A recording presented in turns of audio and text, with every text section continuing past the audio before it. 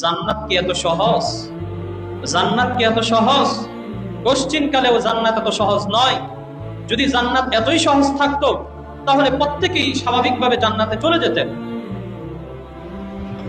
এত সহজ নয়। নবী করিম সাল্লাল্লাহু আলাইহি ওয়াসাল্লামের একজন খাদেম ছিলেন। খাদেম, উনি নবী করিম সাল্লাল্লাহু আলাইহি ওয়াসাল্লামের যেই উটের উপর হাওদা থাকে, বসার জন্য সিট থাকে, বা ঘোড়ার উপর বা গাধার উপর আগেকার সময়ে থাকতো, সেই সিটটা ঠিক করতেছিলেন।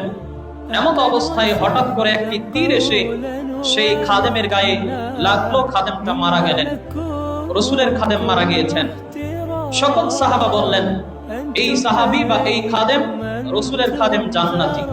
সকলেই বললেন, রসুলের খেদমত করত, তাহলে সে তো জান্নাতে যাবেই। সকলেই এমনটাই ভাবলেন।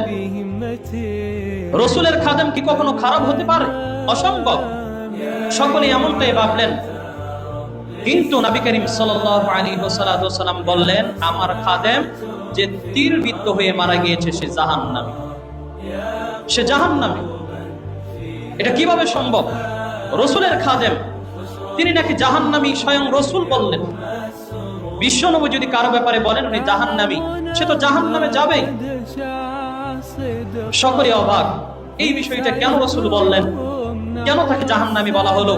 রসুল তখন তাদেরকে জানালেন যে এই লোক, এই খাদেম, সে কোনো এক যুদ্ধ থেকে কোনো একটা চাদর বা কোনো একটা বস্তু সে চুরি করে নিয়েছিল, এই কারণে সে জাহান্নামী।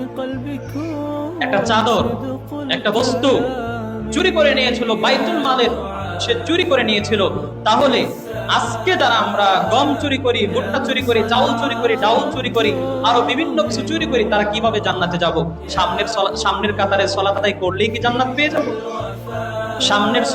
সামনের কাতারে নিয়মিত 5 ওয়াক্ত সালাত পড়লেই কি হয়ে যাবে জান্নাত?